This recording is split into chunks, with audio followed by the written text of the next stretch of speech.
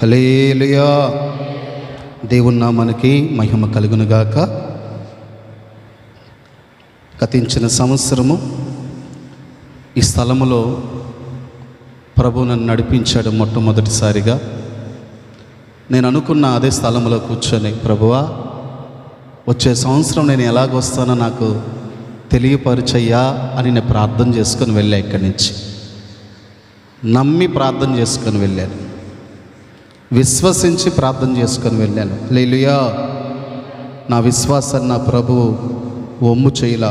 మీ దాసుడు మీ యొక్క సేవకుడి ద్వారా. హల్లెలూయా, హల్లెలూయా. మంచిది. 2 మాటలు చెప్పి నేను వాక్యంలోకి వెళ్తాను. నెల్లూరు జిల్లా బుచ్చిరెడ్డిపాలెము ఆ ప్రాంతంలో పుట్టి పెరిగి చదువుకొని బెంగళూరుకి జాబ్ పరంగా వెళ్ళి, బెంగళూరు నుంచి దేవుడు మళ్ళీ దర్శించి హైదరాబాద్కి పంపించి, హైదరాబాద్లో జాబ్ చేస్తూ ప్రభువు అక్కడే జాబ్స్కి ప్రభు రిజైన్ చేయించి ఫుల్ టైం మినిస్ట్రీలో వాడుకుంటున్నాడు. హల్లెలూయా. వాడుకుంటున్నప్పుడు నా సంఘం ఇబ్బంది అయింది. గతించిన సంవత్సరం నేను ఇక్కడికి వచ్చినప్పుడు నా సంఘం ఆగిపోయింది. పక్కన వాళ్ళందరూ అబ్జెక్షన్ పెట్టారు, నువ్వు ఇక్కడ సంఘం నడపడానికి లేదని. ఇక్కడ ప్రార్థన చేసుకొని వెళ్ళా నేను. హల్లెలూయా. ఇక్కడ ప్రార్థించుకొని వెళ్ళా నేను. ఒంటరిగా వచ్చా నా కుటుంబంతో. ఈ దినం ప్రభు మనతో మాట్లాడుతున్నటువంటి మాట కీర్తన గ్రంథము 68వ అధ్యాయము 6వ వచనం చదువుకున్నాం. తెలుగు బైబిల్ చదవడానికి వచ్చిన వాళ్ళు ఎవరైనా చదివి వినిపించండి. కీర్తన గ్రంథము 68వ అధ్యాయము 6వ వచనము. దేవుడు ఏకాంగులను సంసారులుగా చేయువాడు, ఆయన బంధింపబడిన వారిని విడిపించి వారిని వర్ధిల్లింప చేయువాడు.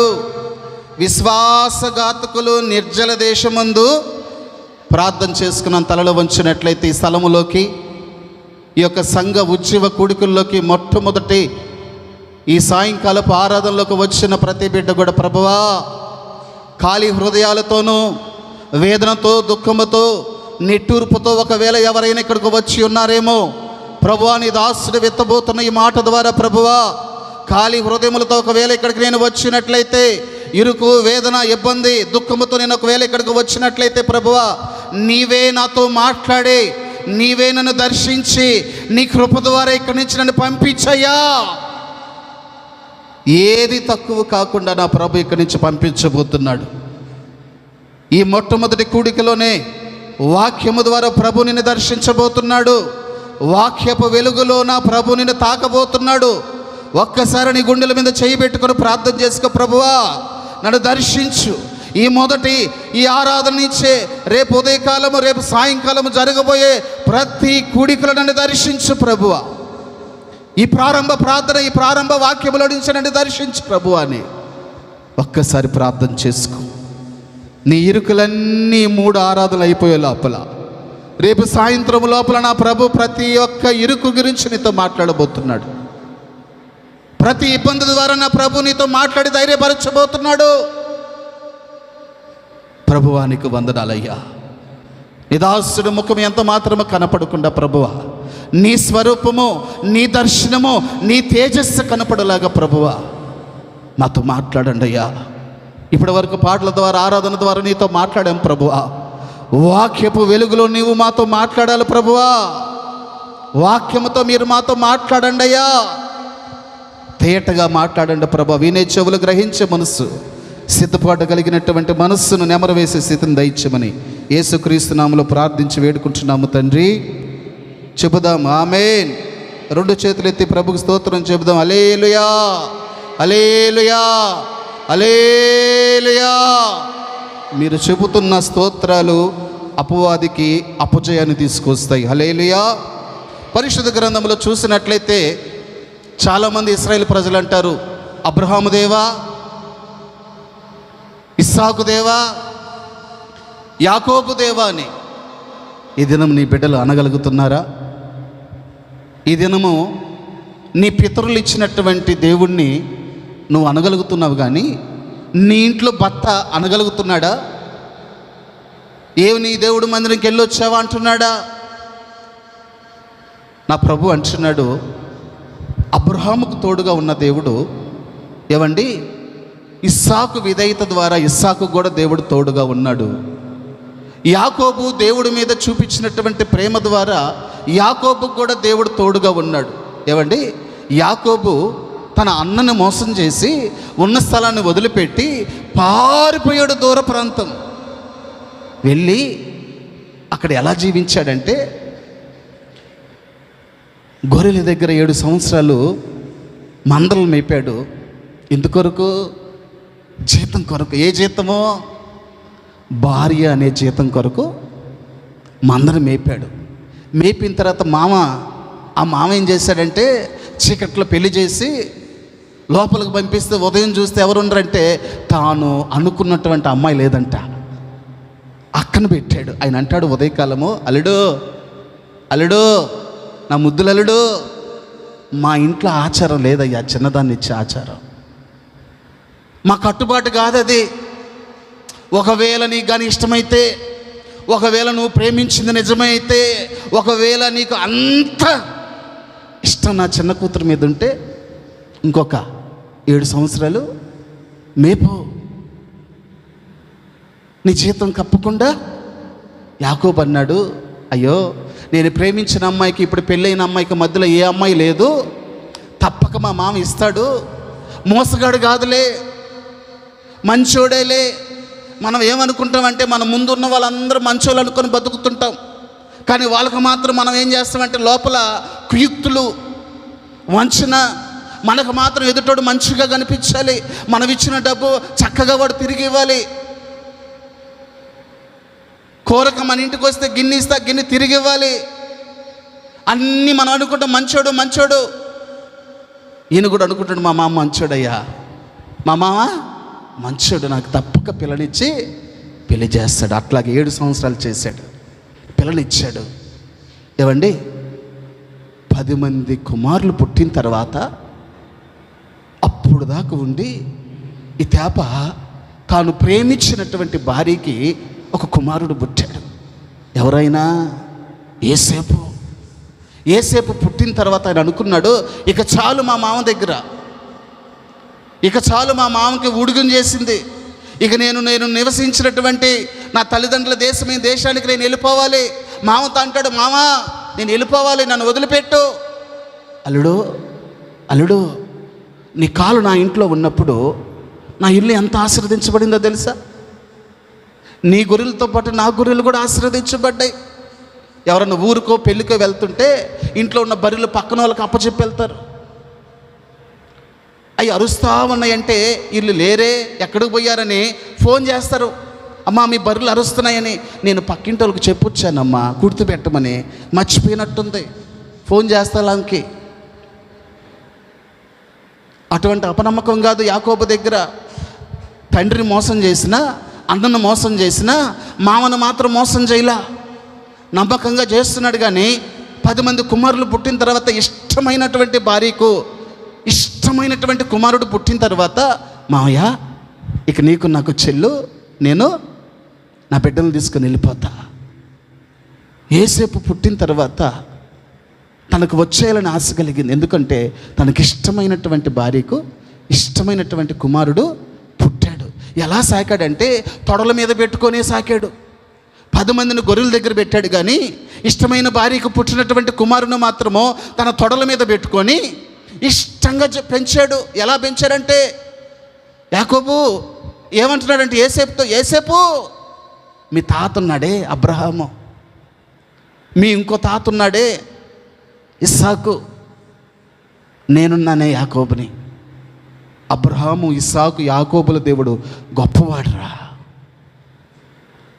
నువ్వు నా తొడల మీద కూర్చోను అంటే ఒకటే ఒక కారణము.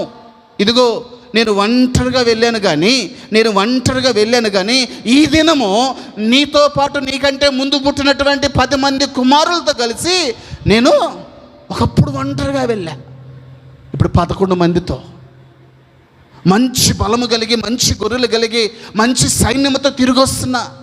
యాకోబు అంటాడు, నేను ఏకాకిగా వెళ్ళాను, ప్రభు నన్ను ప్రేమించి సంసారిగా. ఏమండి ఎలా వెళ్ళాడు యాకోబు? క్షమించాలి, యాకోబు ఒంటరిగా వెళ్ళాడు.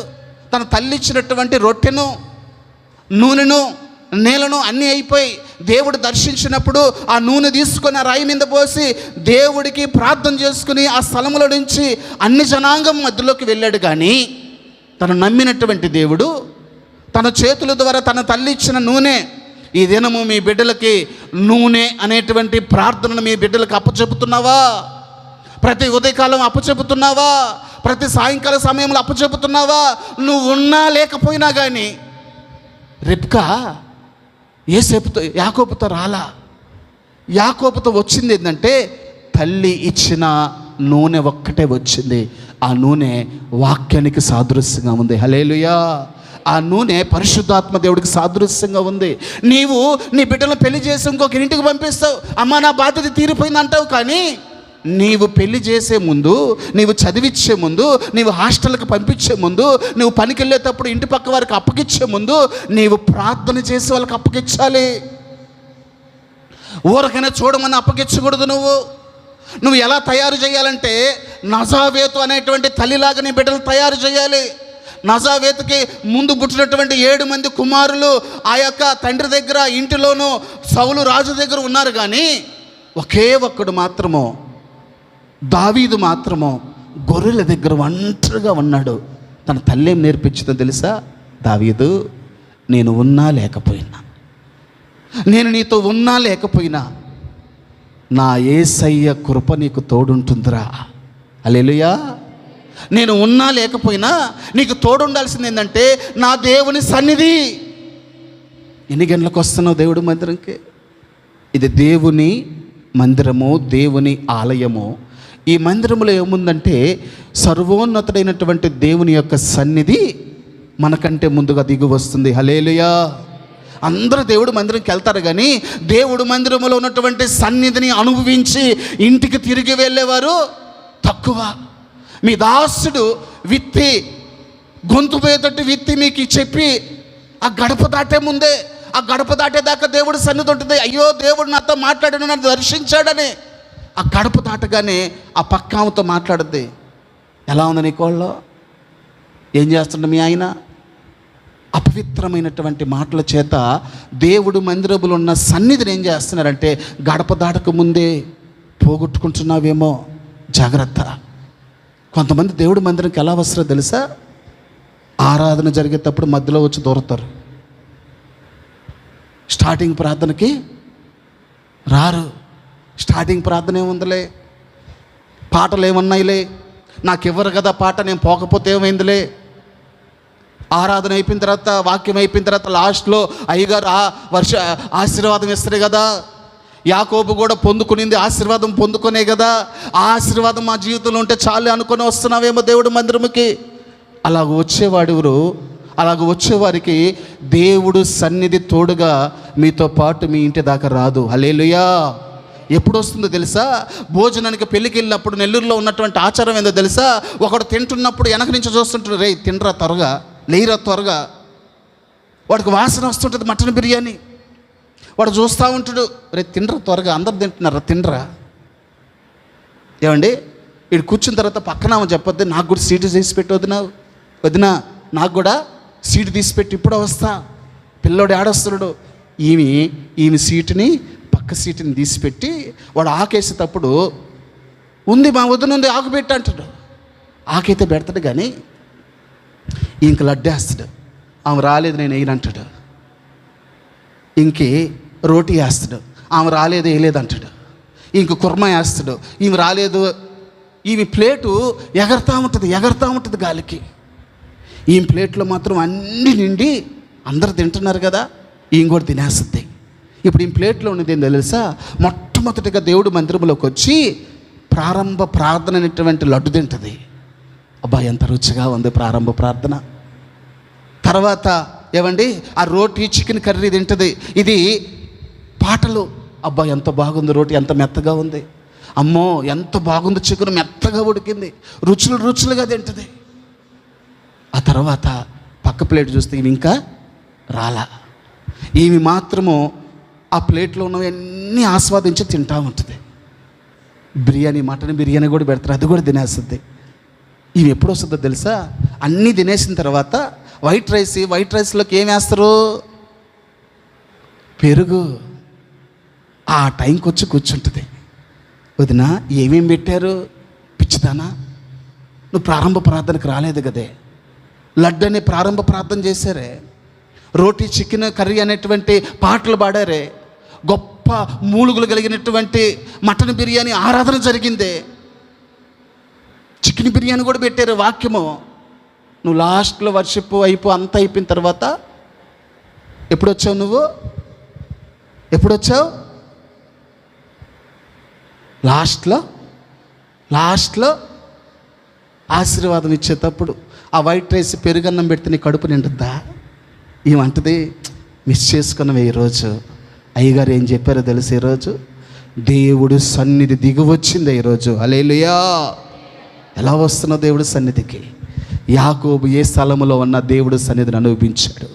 కుమారుడు అంటాడు, కుమారుడా విన్నావు కదా, మీ తాత అనుభవించాడు రా దేవుడి సన్నిధి.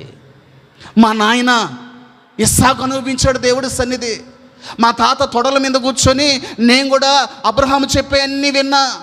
ఇప్పుడు నిన్ను కూడా కూర్చోబెట్టుకొని చెప్తున్నా, ఏసేపు దేవుడు సన్నిధిని అనుభవించి ఎప్పుడు ఏమండి ఆ మాటలు చెప్పినప్పుడు మొట్టమొదటి గురువు ఎవరంటే ఏసేపుకి తండ్రే, యాకోబే. అన్నీ చెప్పాడు. తండ్రి నేర్పించిన ఉపదేశానికి లోబడి జీవితంలో ఏ తప్పు చేయలే. ఏమండి ఆయన అంటాడు, యాకోబు, ఏసేపు మీ అన్నలు అడవిలో ఉన్నారా, వెళ్ళి ఇదిగో ఈ పాలు, ఈ జున్ను గడ్డలు, ఈ రొట్టెలు ఎత్తుకోబోయి మీ అన్నలకి ఇవ్వు. ఏమండి పోయేటప్పుడు ఏం ధరించుకొని వస్తున్నాడంటే ఇష్టంగా కుట్టించినటువంటి ఒక విచిత్రమైన అంగిని తొడుక్కొని. కొత్త పిచ్చోడికి పొద్దెరగడంట. కొత్త పిచ్చోడు వాడు ఎప్పుడు తెల్లారద్దా, ఎప్పుడు అడుక్కుందామా. కానీ ఏసేపుని అలా పోలటం లేదు. కానీ తన తండ్రి ఇచ్చింది ఇంట్లో దాపెట్టుకోకుండా ఎక్కడికి పోయినా అంగిని వేసుకొని దర్జాగా తిరిగేవాడు. మా నాయన ఇచ్చాడు. ఒరే నీకు ఇవ్వలేదురా? ఏమండి వేసుకొని తిరిగితే పక్కనోడికి ఎలా ఉంటుంది? ఫోన్ చూపిస్తారు. ఒక కూతురికి ఫోన్ గురించి ఒక కూతురు ఫోన్కి ఆ కూతురు సాయి చూపించి ఫోన్ వస్తా ఉంటే దానికి ఎలా ఉంటుంది? కోపం రాదా? ఒరే రూబేను నీకు గుట్టి లేదురా, ఒరే యోధా నీకు గుట్టి లేదురా, ఒరే లేవి నీకు గుట్టి లేదురా. 11వ వాడైనా ఏసేపు గుట్టించాడు రా. ఆయన ముద్దుల భార్య ఉంది కదా, ముద్దుల భార్య ఉంది కదా, ఆయన ముద్దుల భార్య కొడుకు గుట్టించాడు రా. పోనీలేరా, ఏందిరా పోనిచ్చేది? వాడు చిన్నోడు అనుకున్నావా? వాడికి ఇది రోజు కళలు వస్తాయంట. ఏ కళలు? వాడు పన మాత్రం పైకి నిలబడిందంట, మన పన మాత్రం ఏవైనాయి? వాడు కాళ్ళ ముందు మోకరిచ్చినాయంట. అంతటితో ఆగలేదురు చిన్నోడా, అంతటితో ఆగలే. నిన్న ఇంకో కళ వచ్చిందంట. ఏ కళ? నాయన తల్లి కూడా సూర్యచంద్రులు వాడు ముందు మోకరిచ్చున్నారంట. మనం 10 మంది 10 నక్షత్రాలు కూడా వాడు ముందు మోకరిచ్చినాయి అంట. ఇరే మనల్ని అంటే అన్నాడు కానీ మన నాయన కూడా అన్నాడు రా, ఒరే ఈడు పొయ్యే కాలం ఉందరా, ఈడుకో పొయ్యే కాలం బాగుంది ఈడికి అనుకున్నారు. కడుపులో మంట పెట్టుకున్నారు. ఎవరు? అన్నలు, 10 మంది అన్నలు. ఈడు వస్తాడు, మా అన్నల దగ్గరికి వెళ్తున్నా, నేను మా అన్నల దగ్గరికి వెళ్తున్నా. వచ్చాడు, రే వస్తున్నాడు రా కలలు కానివాడు. ఇన్ని ఈరోజు మక్కిలు ఎలగొట్టాలరా. ఒరే వద్దులేరా, లేదురా నువ్వు ఆగరా. వాడిని ఎత్తి ఆడేసారో తెలుసా? రారా జుట్టు పట్టుకొని రారా, ఆ నీళ్ళు నేను బాయిలో వేసేసారంట. ఏడస్తానుడు. అన్నా మీతో పాటు కలిసి తిందామని ఇంట్లో తిని రాలేదన్నా. రొట్టెలు, జున్నుగెడ్డలు, పాలు, పెరుగు మీతో కలిసి తిందామని భార్య అంతా వండుకొని భర్తకి క్యారేజ్ తీసుకెళ్తే భర్త అడుగుతాడు తిన్నవా అని. నువ్వు తినకుండా నేను తిన్నానా ఈ రోజున్నా? నువ్వు తినిన తర్వాత నీ ప్లేట్లోనే, ఆ ఎంగిలి ప్లేట్లోనే నేను తింటా. ప్రేమ. ఈ తమ్ముడు అంటాడు, అన్నయ్యలో మీ మీద నాకెంత ప్రేమో తెలుసా? నాన్న ఇంట్లో పెడితే నేను తినలేదన్నా, మీతో తిందవని వచ్చా, నువ్వు ఆపరా చాలు. కానీ ఏవండి ఆ గుంట్లో ఏడుస్తా ఉన్నాడంట. అయ్యో నన్ను పెద్ద కుటుంబం అనుకున్నానే, మాది పెద్ద గోత్రం అనుకున్నానే, మా నాయన పెద్ద ఆశం అనుకున్నానే, నాకంటే ముందు పుట్టిన అన్నలు నన్ను ఇంత అవమానించి నన్ను గుంట్లో వేశారే, నాకు ఎంతోమంది ఉన్నారు అనుకున్నానే, నాకు ఎవ్వరు లేరని ఒక్కడే ఏడుస్తున్నాడంట. ఒరే ఈయన గుంటలు వేసి చంపే బదులు పైకి తీసి అమ్మేస్తే మేలు కదా. ఎవరికి వచ్చిందో తెలిసే ఆలోచన? యోధా. అదేందో యోధా ఉండే పేర్లన్నిటికీ ఏంటంటే వాళ్ళకి డబ్బు ఆశ. కానీ యోధా చేసిన పని ఏందో తెలుసా? చంపకుండా ఉండేదానికి 20 వెండి నాణేలకు అమ్మాడు. యోధా ఇస్కరియోతు చేసిన పని ఏంటంటే చంపడానికే 30 వెండి నాణేలకు అమ్మాడు. హల్లెలూయా. ఈ యోధా చేసిన పని ఏంటంటే చంపకుండా ఉండడానికి 20 వెండి నాణేలకు అమ్మాడు. కరెక్ట్గా 20 అడిగారు. ఎందుకో తెలుసా? 10 మంది పంచుకోవాలి కదా. తేడా వస్తే ఇంకొక నమ్మేస్తారు వీళ్ళు. హల్లెలూయా. తేడా వస్తే ఇంకొక నమ్మేస్తారు. పుట్టినప్పుడేమో అన్నదమ్ములు, పెరిగేటప్పుడు అన్నదమ్ములు, పెళ్ళిళ్ళు అయ్యంగానే ఏమవుతారో తెలుసా? అన్నదమ్ములు పాలోళ్ళు అయిపోతారు. చదువుకునేదాకా రే మీ తమ్ముడు కొట్టాడంటే రోషంగా వెళ్తాడు వాళ్ళ మీదకు గొడవకి. పెళ్ళిళ్ళు అయిపోయిన తర్వాత రోషం ఎట్టబోద్దాం. ఏయ్ కూర్చో, ఏడకు నువ్వు పోయేది? ఎవరు? ఆయన భార్య, ఈయన భార్య. అన్నదమ్ములు లేదు ఇప్పుడు, అక్క చెల్లెలు లేదు ఇప్పుడు. ఎవరి కుటుంబము వాళ్ళదే. అదేదో పెరిగేటప్పుడు అన్నదమ్ములుగా పెరుగుతారు, కానీ పెళ్ళిళ్ళు అయిన తర్వాత పాలులుగా బతుకుతారండి. నా ప్రభు అంటాడు, నా ప్రభు నీకు కృప తోడుగా ఉండగా నువ్వు ఎప్పుడు అలాగ ఉండకూడదు. హల్లెలూయా. నువ్వు జీవితాంతము నీ దాసుని వెంబడి పెట్టుకోవాలి. ప్రభు అడుగుతాడు, ఏడి నీ దాసుడు, ఏది నీ సహోదరి అని.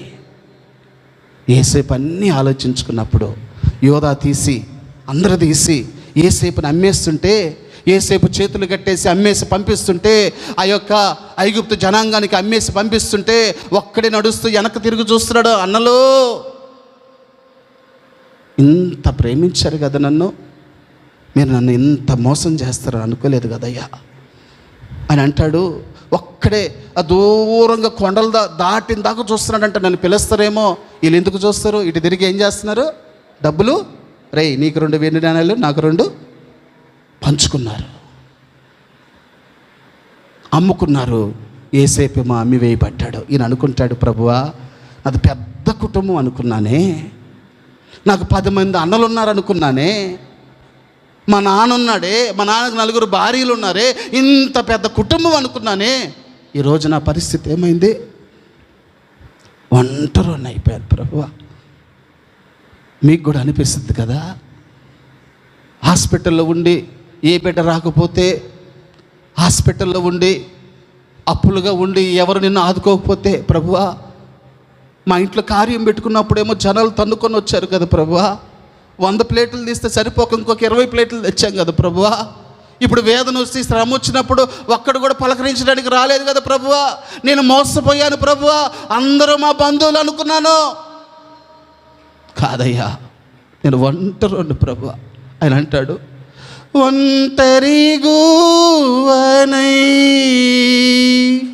విలపించు సమయాన ఓదార్చువారే కానరారైరే.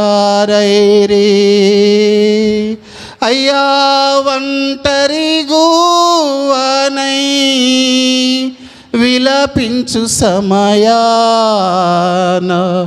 ఓదార్చువారే కానరారైరే. ఏసేపండి ఇప్పటి వరకు కుటుంబం ఉందనుకున్నాడు, అన్నలు ఉన్నారనుకున్నారు. ఒక్కడే చేతులు బంధించబడి ఆ ఒంటులు వెనక ఏడుస్తూ, నాకెవ్వరు లేరు ప్రభువా, ఇంత పెద్ద కుటుంబంలో పుట్టాను కానీ ఇదన్నా ఒంటరిగా నేను వెళ్ళిపోతున్నాను ప్రభువా అని తనలో తాను బాధపడుతూ, నాకెవ్వరు లేరు ప్రభువా అని వెళ్ళాడండి. కానీ అందరూ విడిచిపెట్టిన ఏసేపు అనుకుంటున్నాడు, నా తండ్రి నాకు ఒక ఉపదేశము చేశాడు, నా తండ్రి నాకు ఒక ఉపదేశము చేశాడు. ఆ ఉపదేశాన్ని నా జీవితకాలం అంతా పట్టుకొని ఉంటా. ఎందరు విడిచిపోయినా కానీ నా సేవకుడు నాకు బోధిస్తున్న ఉపదేశాన్ని మాత్రం నేను వదిలిపెట్టను. ఈ సంవత్సరం వచ్చింది కదా వాగ్దానము, నువ్వు ఏది అడిగితే, నా నామములో ఏది అడిగితే నేను అది ఇస్తానని నా ప్రభు ఇచ్చాడు కదా. అడిగావా నమ్మకముగా? ఏసేపు అడిగాడు వెళ్ళేటప్పుడు, ప్రభువా నా తండ్రి ఒక మంచి ఉపదేశం ఇచ్చినాడు, పెంచాడు ప్రభువా తొడల మీద కూర్చొని, నేను ఆ ఉపదేశాన్ని మాత్రం వదిలిపెట్టను ప్రభు. నా తండ్రి తొడల మీద నేర్చుకున్నటువంటి నా ప్రభు సన్నిధిని చూశాను కదా, ఆ సన్నిధిని నాతో పాటు శ్రమల గుండా ఒకవేళ నేను వెళ్ళినా కానీ ఆ సన్నిధిని నేను వదిలిపెట్టను. అప్పుల గుండా వెళ్ళినా ఆ యొక్క సన్నిధి వదిలిపెట్టను. వేదన గుండా వెళ్ళినా కానీ ఆ యొక్క సన్నిధిని వదిలిపెట్టను. నా బంధువులందరూ నన్ను వదిలిపెట్టిన నా ప్రభు సన్నిధి నేను వదిలిపెట్టను అని నువ్వు కానీ అనుకున్నట్లయితే, యేసేపు అండి ఐగుప్తు దేశంలోకి వెళ్ళి అక్కడికి పోగానే నిలబెట్టి ఉమ్మారు, కొట్టారు. బానిసను కొనాలంటే, ఒక ఆవును ఒక ఎద్దును కొనాలంటే దాని వెనకపోయి తడతారు. దాని మూతి ఎలా ఉందో చూస్తారు, దాని కొమ్ములు ఎలా ఉన్నాయో చూస్తారు, దానికి మచ్చ ఎలా ఉందో చూస్తారు. అది ఇంకా సూడిది కాకపోయినా దాని కింద పొదుగు ఎలాగ ఉందో చూస్తారు. 3 ఉన్నాయా, 5 ఉన్నాయా, 4 ఉన్నాయా. యేసేపును కూడా ఒక బర్రెను చూసినట్టు అక్కడికి వెళ్ళి చూసి, ఇటు ఎన్ని కొట్టినా నోరు మెదపటం లేదే, ఈయన ఉమ్మేసిన నోరు మెదపటం లేదే. ఆయన అంటాడు, నా ప్రభు సన్నిధి నా దగ్గర ఉంటే ఎంతమంది నా బంధువులు, నా స్నేహితులు, నా ఇంటి వారు నా మీద ఉమ్మేసినా నేను కదలక నిత్యము నిలుచు సియోను కొండవల నేను ఉంటాను అంటున్నాడు యేసేపు. హల్లెలూయా. నీకుందా అటువంటి ధైర్యము? నీకుందా అటువంటి నిరీక్షణ? యేసేపు కలిగి ఉన్నాడండి. కొనుక్కొని వెళ్ళారు. పోతీఫర్ ఇంట్లోకి వెళ్ళాడు. ఆయన అనుకుంటాడు, పోతీఫర్ ఇంట్లో ఆ యొక్క పోతీఫర్ అంటాడు, పోతీఫరు కేవలం భోజనం చేసి వెళ్ళిపోయేవాడంట. ఇంకా మొత్తం పనులన్నీ ఎవరు చూసుకునేవాళ్ళంటే యేసేపు చూసుకునేవాడు. యేసేపు అంటాడు, ప్రభువా నీ సన్నిధి నాకు తోడుగా ఉండగా నేను ఇంతకుముందు సంసారిగా ఉన్నాను ప్రభువా, ఏకాకి అయిపోయి ఈ యొక్క ఐగుప్తు దేశానికి వచ్చాను. నీ సన్నిధి నాకు తోడుగా ఉండటం బట్టి నేను తిరిగి సంసారయ్యాను ప్రభువా. చూడు ప్రభువా, పోతీఫరు భార్య వారి ఇంట్లో వాళ్ళందరూ నేను చెప్పిందే చేస్తున్నారు ప్రభువా, నేను సంసారిని అయ్యాను ప్రభువా, నీకు స్తోత్రం ప్రభువా అనుకున్నాడంట. కొద్ది దినాలు గడవగానే ఆ పోతీఫరు భార్య కన్నేసింది యేసేపు మీద. నీతో అందరూ బాగున్నట్టే ఉంటారు, నీ మీద వెలుచూపని కన్ను వేసేవాళ్ళు ఉంటారు, నీ మీద అసూయని కన్ను వేసేవాళ్ళు ఉంటారు. నీతో బాగున్నట్టు నువ్వు పోగానే నీ విషయం ఇంకొకరి దగ్గర చెప్పేవాళ్ళు ఉంటారు. పోతీఫరు భార్య ఏం చేసిందంటే, యేసేపు ఇంట్లో ఎవ్వరు లేరయ్యా, రా. ఆయన అంటాడు, నీతో ఎవరు లేరు కానీ నా తండ్రి నాకు నేర్పించిన ఉపదేశము నాతో ఎప్పుడు ఉంది. నీతో కానీ నేను తప్పు చేస్తే నా ప్రభు సన్నిధి నన్ను వదిలిపెట్టి వెళ్ళిపోతుంది. నా ప్రభు సన్నిధి తప్పితే ఇక నాకు ఏది అవసరము లేదు. ఈ లోకంలో గొప్పలు అవసరం లేదు, పదవులు అవసరం లేదు. నాకు కావాల్సింది నా ప్రభు యొక్క సన్నిధి. యవనస్తుడా, నీతోనే నా ప్రభు మాట్లాడుతున్నాడు. యవనస్తురాలా, నీతోనే నా ప్రభు మాట్లాడుతున్నాడు. నీకు కావలసింది నజరేయుడైన యేసయ్య సన్నిధి. నీకు కావలసింది లోకము కాదు. గమనించు ఇది నాన్న. ఈ రాత్రికాల సమయంలో యేసేపు అంటాడు, నా యేసయ్య ఉంటే నాకు చాలు. ఏమనుకునింది, నీకున్న పదం అంతా తీసేసి నేను జైల్లో పెడతాను, పెట్టుకో. Don't care.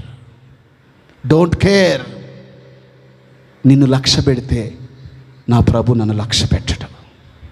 నాకు కావాల్సింది ఎవరు? నా ప్రభు కదా. ఒక ఆమెకి పిల్లలు పుట్టకపోతే 5 సంవత్సరాలకు వెళ్ళి ప్రార్థన చేస్తే పిల్లలు పుట్టారండి. శామ్యూల్ అని పేరు పెట్టుకునింది. ఇప్పుడు ఏమంటుందో తెలుసా? అయ్యా వాడికి శామ్యూల్ అని పెడితే రేపు రావాల్సినవి ఆగిపోతాయి అంటయ్యా, అందుకే శామ్యూల్ తీసేసి శ్యామని పెట్టామయ్యా. అయ్యా ఇప్పుడు ఏం ఆగవు కదా? ఏం ఆగవు అన్నాడంట. ఏమి లేనప్పుడు ప్రార్థన చేస్తే ప్రభు కదా నీకు ఇచ్చింది. ప్రభు సన్నిధి పెట్టుకున్నప్పుడు కదా ప్రభు నిన్ను కనికరించింది. ఏమండి, ఇప్పుడు పుట్టిన తర్వాత ఏమంటుందా తల్లి? శామ్యూల్ వద్దు, వాడికి రావాల్సినవి నీ బుద్ధి తెలుసుంటే నీకు రావాల్సిన గర్భఫలం ప్రభు అసలు ఆపేస్తుండేవాడు. హల్లెలూయా. కన్నా ప్రభు అలాంటి వాడు కాదు. ఆయన నమ్మకమైన దేవుడు. హల్లెలూయా. ఆయన నువ్వు అడుగుతున్నావు కదా, నా నామములో ఏది అడుగుతున్నావు ఈ సంవత్సరంలో? అడిగావా ఈ 10 నెలలు? ఈ 13వ తేదీ వరకు నువ్వు, ఈ 14వ తేదీ వరకు నువ్వు అడిగి ఉన్నావా? నీ నామములు అడిగింది ప్రతి ఒక్కటి ఇస్తానని నా సంఘానికి వాగ్దానం ఇచ్చావు కదా ప్రభువా, మర్చిపోయావా? నీ జాబును చూసుకొని కాదు, నీ ఆరోగ్యం చూసుకొని కాదు, నీ భర్తను చూసుకొని కాదు, నీ ఇంట్లో ఉన్న వెహికల్ని చూసుకొని కాదు, నీవు దేవుడి సన్నిధిని చూసి బ్రతకాలి నువ్వు.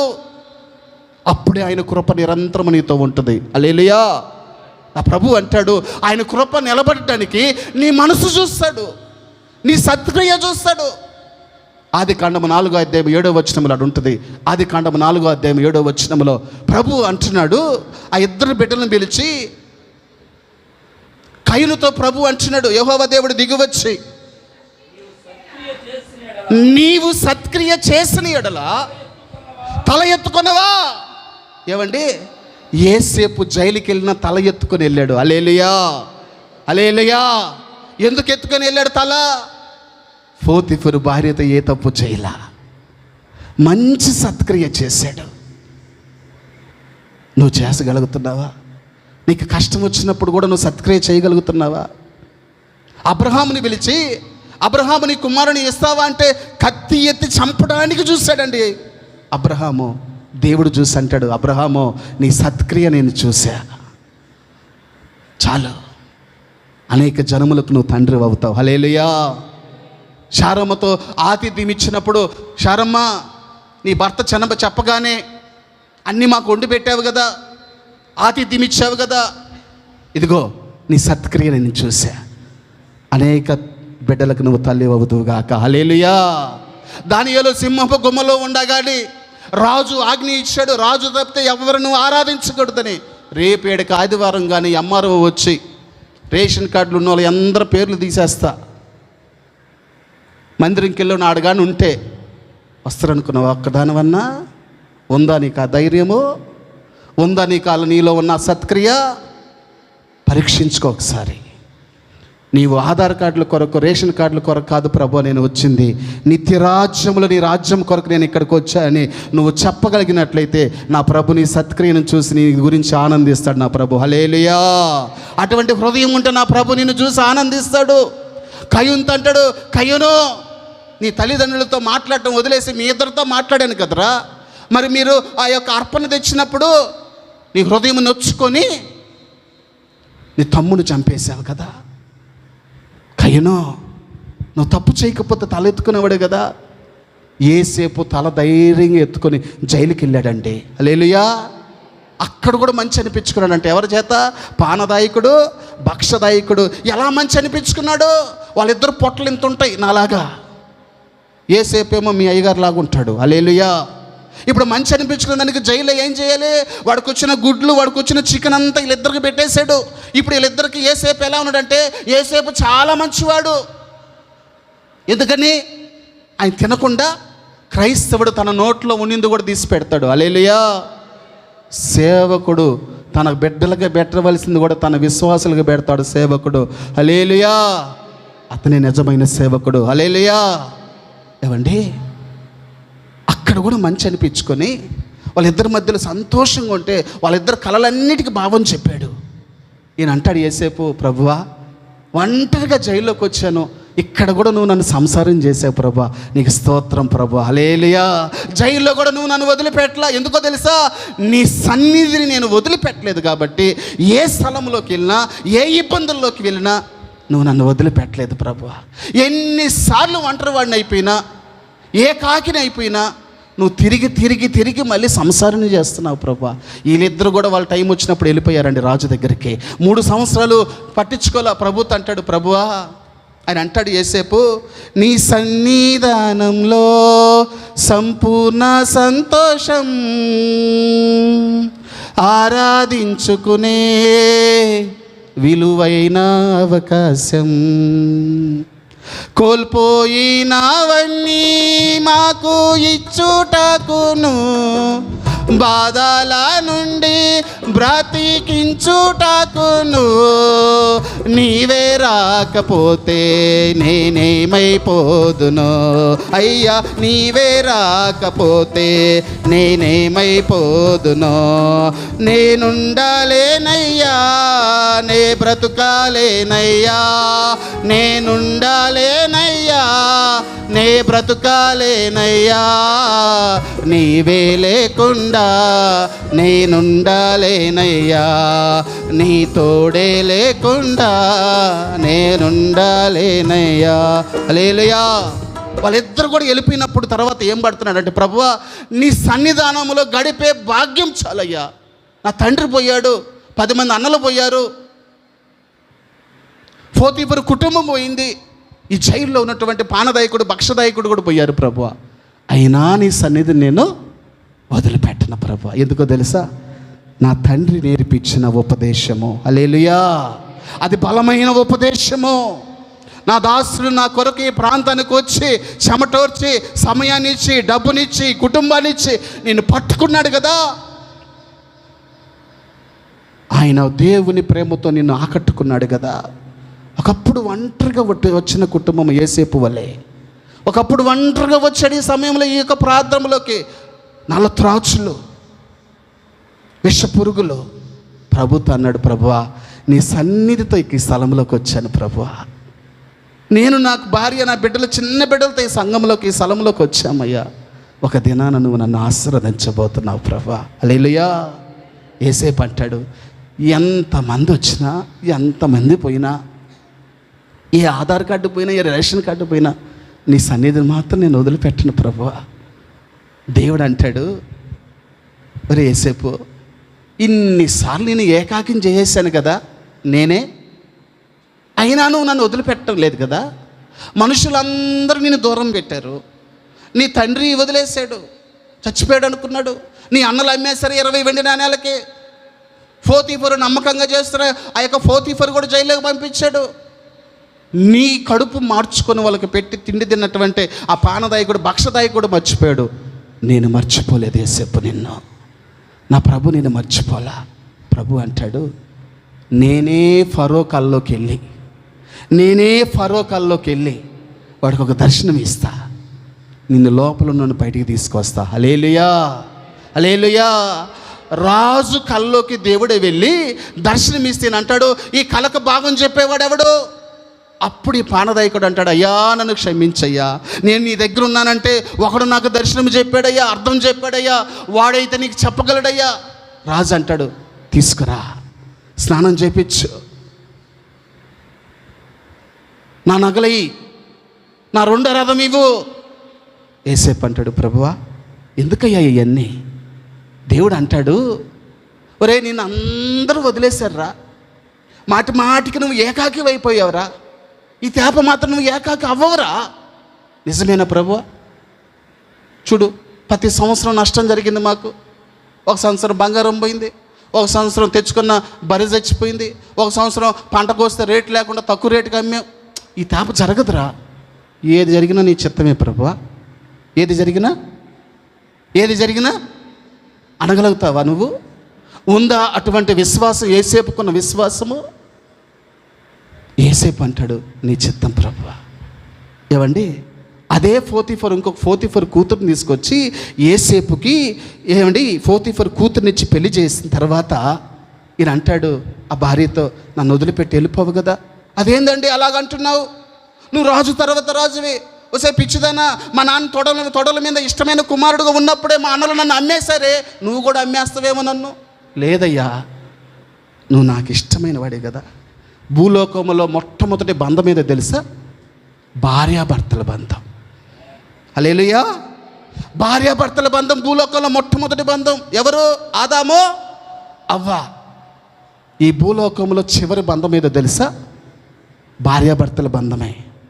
సార్వత్రిక సంఘమంతా వధువుగా లోక కళ్యాణం జరగబోతుంది ఒక దినాన యేసయ్యతో. హల్లెలూయా. ఆయన వరుడుగా రాబోతున్నాడు. సంఘమంతా వధువుగా భార్యాభర్తల బంధము పెళ్ళవడానికి దేవుడు నిన్ను ఏర్పాటు చేసుకోబోతున్నాడు. హల్లెలూయా. మొదటి బంధము భార్యాభర్తల బంధము, చివరి బంధము భార్యాభర్తల బంధమే. నిన్ను దేవుడు భారీగా స్వీకరించబోతున్నాడు. నీలో సత్క్రియలు చూడబోతున్నాడు, నీలో ఒక మంచి ప్రవక్తను చూడబోతున్నాడు. నీలో ఎటువంటి కల్మషం ఉంటే నా ప్రభు అంటాడు, నువ్వు విడవబడి దానిగా అయిపోతావు. నువ్వు ఈరోజు ఈ సంఘంలో నువ్వు ఎలాగుండాలంటే ప్రభు నిన్ను పట్టుకున్న దానిగా నువ్వు ఉండాలి. ప్రభువుని నిన్ను ఆకర్షించుకునే దానిగా నువ్వు ఉండాలి. ప్రభువుని ఎల్లప్పుడూ ప్రేమించేదానిగా నువ్వు ఉండాలి. ఎన్ని కష్టాలు వచ్చినా, ఎన్ని వేదనలు వచ్చినా, యేసయ్యా నీవే నాకు నిజమైన భర్తమని అంటి పెట్టుకున్నప్పుడు, యేసేపు అలాగ అంటి పెట్టుకున్నప్పుడు మనష్షే, ఎఫ్రాయిము అనేటువంటి 2 కుమారులు ఇచ్చాడండి. ఆయన అంటాడు, ప్రభువా ఏకాకి స్థలంలోకి వచ్చానయ్యా, 2 బిడ్డలను ఇచ్చావు, మళ్ళీ నన్ను ఏకాకి చేయవు కదా. పిచ్చోడా, మనుషులు నేను మోసం చేయొచ్చు, కానీ నువ్వు ఎవరు నమ్ముకున్నావో తెలుసా? 118:8-9 చూసినట్లయితే కీర్తన గ్రంథము, మనుషులు నమ్ముకున్నట్టు కంటే యెహోవాను ఆశ్రయించుట, రాజులు నమ్ముకున్నట్టు కంటే యెహోవాను. దావీదు ఎప్పుడో రాశాడు, యేసేపు నువ్వు ఆనుకునింది ఎవరి వైపో తెలుసా? నజరేయుడైన యేసయ్య వీపుపై నువ్వు ఆనుకుని ఉన్నావు. హల్లెలూయా. ఈ దినము దేవుడు సన్నిధిలోకి వచ్చిన నీవు ఏ ఇతర బాధలు ఒకవేళ నీ హృదయములో ఉంటే నీ ప్రభుతో నువ్వు చెప్పు, ప్రభువా నీ నామములు ఈ సంవత్సరం మాకు ఇచ్చిన వాగ్దానము, ఏది అడిగితే అది చేసే దేవుడివే, నాలో ఏ రోగమున్నా తీసే దేవుడివే, నా ఇంట్లో ఏ ఇబ్బంది ఉన్నా తీసివేసే దేవుడివే, నా ఇంట్లో ఏ గర్భఫలం లేకుండా ఉందో అది నువ్వు తిరిగి ఇచ్చేవాడివి. నీ నామములో అంత శక్తి ఉందయ్యా.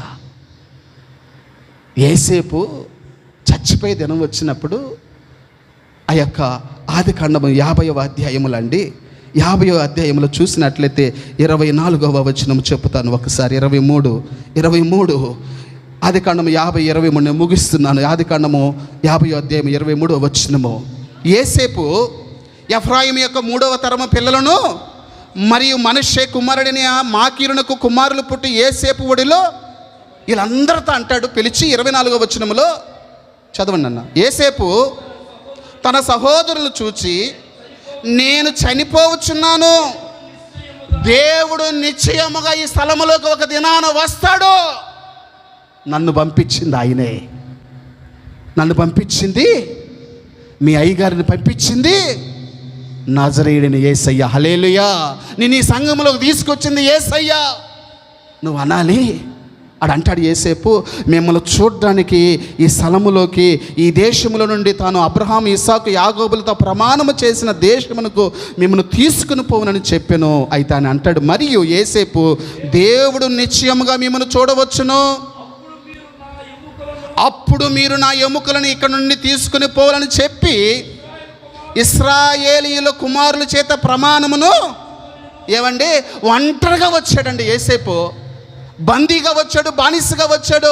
ఇప్పుడు చనిపోయే ముందు 110 సంవత్సరాలు కలిగినటువంటి ఆ యేసేపు అంటాడు, రే నేను ఒంటరిగా వచ్చాను, కానీ నేను ఇక్కడ బాగున్నప్పుడు యాకోబు మా తండ్రి వచ్చాడు కదా, చచ్చిపోయినప్పుడు యాకోబుని తీసుకెళ్ళి అబ్రహాం ఏ సమాధిలో పెట్టాము అక్కడ తీసుకెళ్ళి పెట్టాము కదా, నన్ను అలాగ పెట్టొద్దు. ఎందుకో తెలుసా? నేను ఒంటరిగా స్థలంలోకి వచ్చా. ఒక దినాన యేసయ్య మిమ్మల్ని చూడడానికి రాబోతున్నాడు, మీ మధ్యలోకి రాబోతున్నాడు. అప్పుడు మీ ముందు నా ఎముకలు పెట్టి తీసుకెళ్ళండి దేవుడు ఇవ్వబోతున్న స్థలంలోకి. హల్లెలూయా, హల్లెలూయా. యేసేపు ఒక్కడే వచ్చాడండి ఐగుప్తు దేశానికి. యేసేపు చనిపోయిన తర్వాత జరగబోయే సంగతులను కూడా చూశాడు. ఈ దినము దేవుడు మందిరంలో నువ్వు ఉన్నావంటే యేసయ్య ఒక నిరీక్షణ మాకు ఇచ్చాడు. యుగ యుగములు ప్రభుతో ఉండబోతున్నామనే నిరీక్షణ కలిగి ఇక్కడ నువ్వు ఉన్నావు కదా. యేసేపు కూడా దాన్ని గుర్తించి అంటాడు, ఒక దినము దేవుడు రాబోతున్నాడు. ఆయన వచ్చినప్పుడు ఏం చేస్తారో తెలుసా? నా ఎముకలను కూడా మీరు కనాను దేశానికి తీసుకెళ్ళమన్నాడు. ఏవండి, ఒక్కడే వచ్చాడు యేసేపు. ఇప్పుడు యేసేపు ఎముకలు వెనక ఎంతమంది ఉన్నారో తెలుసా? 30 లక్షల మంది ఇశ్రాయేల్ ప్రజలు దేవుడు పెట్టాడు. చప్పట్లు కొడుతూ దేవుని నామమున మహిమపరుద్దాం. హల్లెలూయా. అరే యేసేపు, నువ్వు ఏకాకివి కాదురా, నువ్వు సంసారివిరా. చూడరా నీ జనాంగాన్ని, నువ్వు బ్రతికించిన జనాన్ని చూడు. ఎంతమంది ఉన్నారు? 30 లక్షల మంది జనాంగం ఉన్నారు. నువ్వు రా నిజమైన సంసారివి. హల్లెలూయా. ఇక్కడున్న తల్లులు చెప్పొచ్చు, నా కొడుకు నన్ను చూడటం లేదని. కొడుకైనా, తండ్రి అయినా, అన్నైనా అన్నీ సుందర్రాజు గారిని దేవుడు ఇక్కడ ఏర్పాటు చేశాడు. హల్లెలూయా. ఆయనతో అంటాడు, నీ వెనక ఒక మందన పెట్టాను సుందర్రాజ్, నీ వెనక ఒక మందన పెట్టాను. ఒకసారి చూడు వెనక్కి ఎంత దూరం ఉందో. నేను ఒంటరిగా వచ్చావు, కానీ ఈ స్థలంలోకి నేను సంసారిగా చేసి ఇంతమంది బిడ్డలు నీకు ఇచ్చా అంటున్నాడు నా ప్రభు. హల్లెలూయా, హల్లెలూయా. నిన్ను కూడా దేవుడు కొన్నిసార్లు ఒంటరిగా వదిలేస్తాడు. నేను చెయ్యి విడిచిపెట్టినట్టు కాదండి, నీకు అనుభవాలు నేర్పించడానికి. ఇది నా ప్రభు అంటాడు. నీ సత్క్రియ ప్రభు చూసినప్పుడు, బలానా మంచి దాసరాలా, బలానా మంచి సంగమా, నువ్వు ఒంటరిగా ఈ ప్రాంతంలోకి వచ్చావా, కానీ ఈ దినము నీ వెనక మిస్పా ప్రార్థనా మందిరం నీ వెనక ఉంది. హల్లెలూయా. ఏ కష్టం వచ్చినా ఇక్కడ ఫోన్ చేస్తే పరిగెత్తుకుంటూ నీ కొరకు వస్తున్నారు కదా.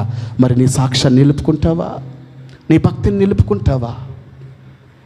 ఏసేపుకు తోడుగా ఉన్న దేవుడు నీకు కూడా తోడుగా ఉన్నాడు. ప్రార్థన చేసుకున్న, చిన్న కళ్ళు మూసుకొని, చిన్న ఒప్పుకోలు చేసుకుని ప్రార్థన చేసుకుని, ప్రభువా ఏసేపుకు తోడుగా ఉన్న నీవు నాయనా, ఏసేపు చేసిన సత్క్రియలు ప్రభువా మాలో కూడా మా సంఘము చూడాలయ్యా, నాలో కూడా నువ్వు చూడాలి ప్రభువా. అటు రీతిగా మమ్మల్ని ఎంచుకుని ఆయన ప్రభువా. స్తోత్రం అయ్యా, స్తోత్రం ప్రభువా, స్తోత్రం ప్రభువా. నువ్వు ఒంటరిగా కాదు, నువ్వు ఒంటరోడివి కాదు, నా ప్రభు నేను సంసారిగా చేసి ఉన్నాడు. ప్రార్థన చేసుకున్న చిన్న ప్రార్థన ఒప్పుకోలు కలిగి చేసుకో.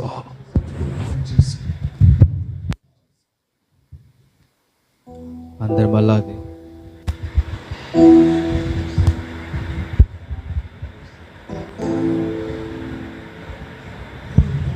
Praise the lord. అందరం ప్రార్థన చేసుకుందాం. విత్తబడిన వాక్యము నిమిత్తమై మన మధ్యలో బ్రదర్ జైపాల్ ప్రార్థన చేస్తారు. ప్రార్థనలో ఏకీభవించుదాం. హల్లెలూయా, స్తోత్రం, స్తోత్రం, స్తోత్రం. చెప్పబడిన వాక్యము